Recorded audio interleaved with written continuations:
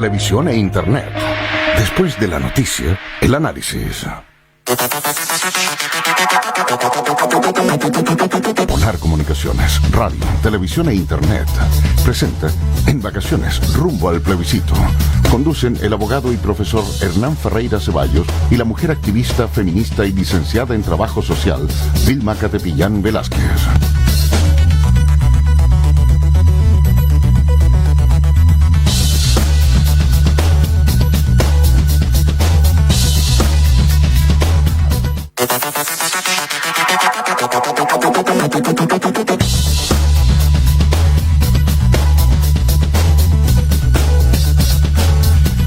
Muy buenos días, muy buen jueves, 13 de febrero de 2020. Ya estamos llegando a mediados de mes. Bueno, este es un programa un poco especial, ¿cierto? Vamos a tener un invitado a eso de las 10 de la mañana. Y es, como ustedes saben, hablando del plebiscito, de lo que se nos viene para el 26 de abril. Con informaciones, con dudas, consultas. La idea es que ustedes también, vamos a dar los teléfonos, hagan sus consultas a los teléfonos que les voy a dar a continuación. Las líneas están abiertas, el WhatsApp, ¿cierto? También a través de Facebook, respecto del acontecimiento histórico del 26 de abril de este año. Acontecimiento que nos va a decidir en gran parte, ¿cierto? Un poco el destino de Chile, el destino político por lo menos, algunos dicen también económico, de este año y los próximos que vienen. El 26 de abril entonces se va a hacer un plebiscito para ver si la ciudadanía quiere o no quiere una nueva constitución, si quiere o no quiere cambios, quiere o quiere reformas, y qué tipo de cambios y cómo se van a hacer esos cambios. Por tanto, lo hemos repetido tantas veces, pero siempre es bueno repetirlo porque hay gente que ingresa a la sintonía un rato más tarde o por algún motivo estuvo de vacaciones y no ha podido ver este programa, u otros que informan sobre el plebiscito. Este programa se llama justamente Rumbo al Plebiscito. Como señalábamos, el día 26 de febrero se va a hacer un plebiscito nacional donde se le va a preguntar a las personas si están de acuerdo con que se redacte una nueva constitución, y van a haber un voto que dice rechaza a la idea, ¿cierto?, que se inicie un proceso constituyente, y acepta que se realice un proceso constituyente.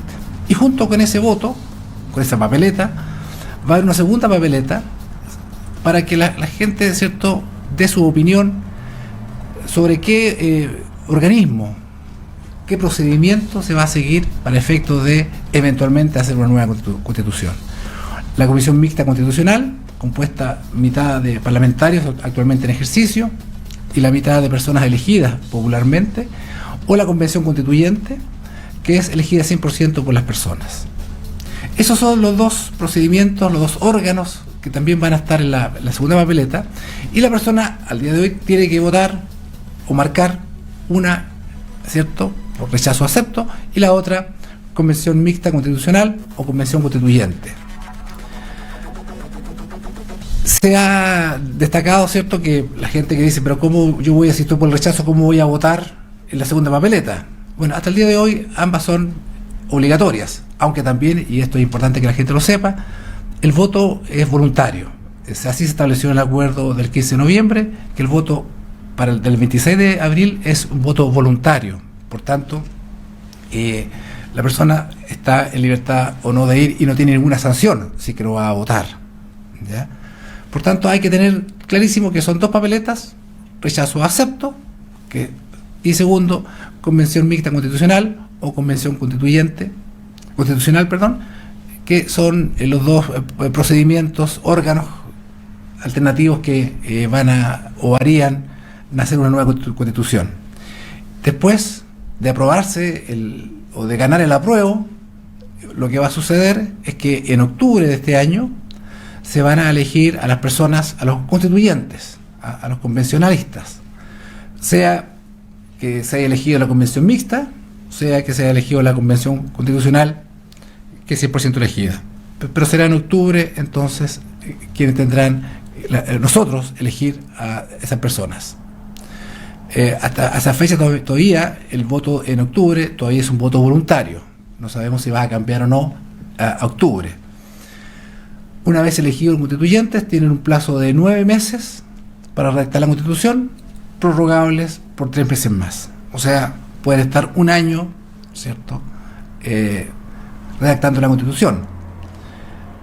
Y funcionarían eventualmente 2 órganos, ¿cierto? Por un lado está el Congreso Nacional, con la Cámara de Diputados y el Senado, y por otro lado la Convención Constituyente o la Convención Mixta redactando la Constitución. Habrían 2 órganos y este segundo órgano solamente dedicado a redactar la Constitución. Hay controversia, en fin, hay gente que dice que es difícil, ¿cierto?, que haya tranquilidad, puesto que mientras uno está legislando, otro está haciendo leyes, está haciendo la Constitución que va a influir directamente en las leyes que está haciendo el Congreso Nacional, y que se podría producir un enredo. Otros dicen que no, que ambas cosas se pueden hacer perfectamente, se puede caminar perfectamente por los 2 senderos. Una vez redactada la nueva Constitución, si ese es el caso, este texto se va a someter a plebiscito. Plebiscito, que se le conoce como plebiscito de salida, donde el voto ya será obligatorio. En el plebiscito de salida, el voto será obligatorio. En el plebiscito de entrada, que es el 26 de abril, es un voto voluntario. Y si que se aprobara una nueva Constitución, comenzaría a regir, ¿cierto?, en ese momento, derogando totalmente en todo el texto la Constitución actual, que es del año 2005. Ese es, a grosso modo, los hitos que están planteados, ¿cierto? Otro asunto interesante a destacar es que, de redactarse una nueva Constitución, los acuerdos a que se lleguen en esa nueva los constituyentes deben ser por los 2 tercios. Deben ser por los 2 tercios. Por ejemplo, si se elige, las personas señalan que debe ser un 100% elegido con los constituyentes, significa que esos 155, 2 tercios tienen que ponerse de acuerdo para redactar una norma determinada. Cada norma tiene que tener los 2 tercios de acuerdo. Y ahí también se produce otra controversia, porque la pregunta es: ¿qué pasa si en alguna materia, en algún punto, en algún artículo no se ponen de acuerdo? ¿Cierto? No están estos 2 tercios para ponerse de acuerdo. Bueno, algunos dicen entonces que esa norma que no quedó establecida y que es necesaria, que debe ir en una Constitución, la tiene que legislar el actual Congreso Nacional. Otros dicen que no, que tiene que ser la norma que rige hoy día en la Constitución. Es decir, ahí hay también interpretaciones, ¿cierto?, variadas y que son complejas, ¿no? Porque ¿cuál es la verdad de esto? Es complicado establecerlo, y ahí están los juristas para decir una cosa o la otra. Por eso este acuerdo, ¿cierto?, que fue redactado muy rápido, dejó algunas cosas en el aire, o mucho la interpretación, demasiada interpretación, sobre todo estos 2 tercios, sobre todo estos 2 tercios que no, la verdad que no es posible en algunos aspectos quizás lograrlo, quizás en otros sí, pero lo que se cuestiona es qué pasa en esos asuntos en que no hay acuerdo por los 2 tercios. ¿Qué va a pasar ahí? ¿Qué va a pasar ahí? Por ejemplo, no sé, algo que hoy día puede parecer lógico, muy lógico, pero la libertad de culto, por ejemplo. ¿Qué pasa si no hay acuerdo respecto de la libertad de culto, como hoy día está en la Constitución, una amplia libertad de culto? Bueno, ¿cómo se regula entonces? Porque eso tiene que estar en la Constitución. ¿Quién la regula? Bueno, ahí está el problema, ¿cierto? Ahora, también mucha gente, y siempre es bueno repetirlo, ¿qué es una Constitución? ¿Para qué sirve una Constitución? Y mucha gente me pregunta, incluso ha preguntado acá, si se cambia una Constitución, ¿se van a eliminar las AFP? Si cambia una Constitución, ¿va a suceder tal o cual cosa, tal problema social se va a solucionar solo por el cambio de Constitución? Bueno, la verdad, y esto es una opinión que es compartida por muchos, esto no es así, digamos. Por de pronto, los sistemas de FP no están en la Constitución. La Constitución asegura, ¿cierto?, un sistema.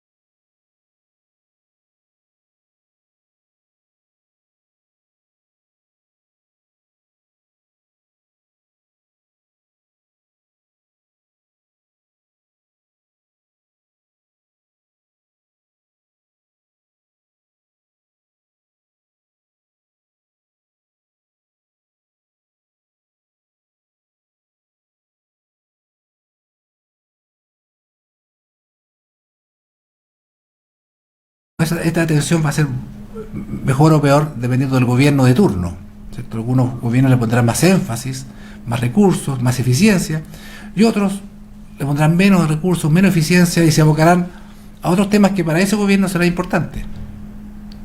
Entonces, la Constitución es el marco general, un marco grueso por el cual se rige el Estado de Chile, el Estado, y por tanto debe regularse la institución de la Presidencia de la República, del Poder Legislativo, del Poder Judicial, básico en toda Constitución, y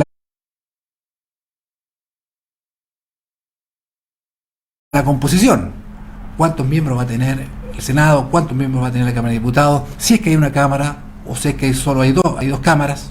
Hay países que tienen solo una Cámara, no tienen Senado, tienen una sola Cámara. A otros países que, habiendo un Senado, este Senado tiene atribuciones tiene pocas atribuciones, y todo se deja al Senado o a los representantes. En fin, ahí tenemos una controversia, más que una controversia, un punto a resolver. Seguimos con un sistema bicameral. Esto se puede hacer, a mi juicio, en esta Constitución se puede hacer, pero bueno. Otro tema es, ¿cierto?, la presidencia de la República, los requisitos para ser presidente, requisito en edad, requisitos, ¿cierto?, u otros que se pudieran establecer, el periodo que va a ejercer la presidencia de la República, si es con reelección o si es con reelección, ¿cierto? En Chile no hay, históricamente no hay, sobre todo el siglo XX, no hay tradición de una reelección de los presidentes de la República. El periodo era 6 años, ¿cierto?, y sin reelección inmediata, porque podían postular, pasados 6 años podían postular nuevamente. En Chile no hay tradición de una reelección inmediata. El periodo, hablábamos de 6 años, la Constitución originaria del año 1980 era de 8, después se cambió a 4, después se cambió a 6 y se volvió a 4 años, ¿cierto? O sea, esa Constitución de los años 80, ¿cierto?, decía una cosa y hoy día dice algo totalmente distinto. De hecho, acortó a la mitad el periodo, ¿cierto?, pero dejó subsistentes los periodos de senadores 8 años y diputados 4 años. El Poder Judicial, ¿cómo va a estar compuesto?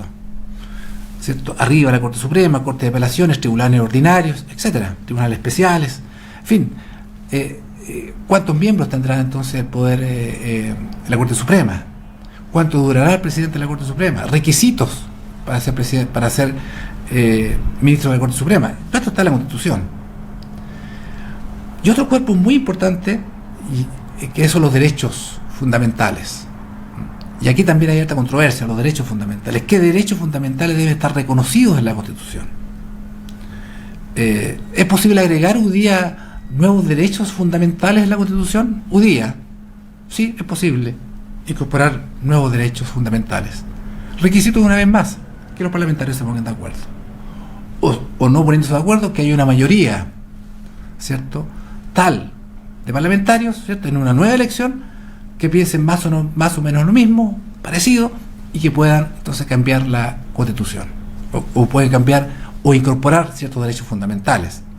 Regular, por ejemplo, mejor el tema del medio ambiente, que ya en los años 80, imaginémonos, ya se estaba hablando, esta constitución en ese sentido fue bastante innovadora desde ese punto de vista, porque en esa época no se hablaba mucho de medio ambiente, se incorporó el medio ambiente. El reconocimiento de pueblos originarios, que podría estar, el derecho a la vivienda, que podría estar, en fin, muchos derechos que hoy día quizás no están, otros quizás no deben estar, pero esto, a mi juicio, también es posible cambiarlo a través de una reforma constitucional, ¿cierto? No es necesario entrar en un proceso constituyente. Alguna gente piensa que sí, otros piensan que no es necesario entrar a un proceso constituyente. Entonces, y lo otro que establece son el marco de principios por los cuales se va a regir el Estado chileno. Por ejemplo, la Constitución hoy día señala que los hombres, los seres humanos, son libres e iguales en dignidad y derechos. Consagra el derecho a la vida, ¿cierto?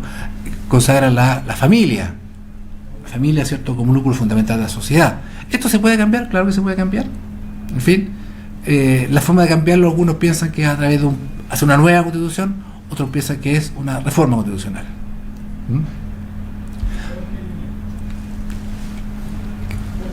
Jorge, ¿aló? Aló, buenos días. Deme un segundo, Jorge. Buenos días, señor Ferreira. Mire, yo todos los días escucho su programa. Deme un segundo, Jorge, que no lo escucho ¿Aló? ¿Aló? ¿Perdón? No, lamentablemente no puedo escucharlo. Ya, no, si yo lo escucho bien. A lo mejor quiere que baje un poquito el televisor. No. Deme un segundo, Jorge, que no puedo lamentablemente escucharlo. Ya, don Jorge, a la vuelta de comerciales le pido que nos vuelva a llamar porque hay un problema técnico que se lo vamos a solucionar. Así es que a la vuelta le pido que nos haga la consulta o sus comentarios. Ahora nos vamos a la pausa comercial y regresamos a la vuelta. Gracias.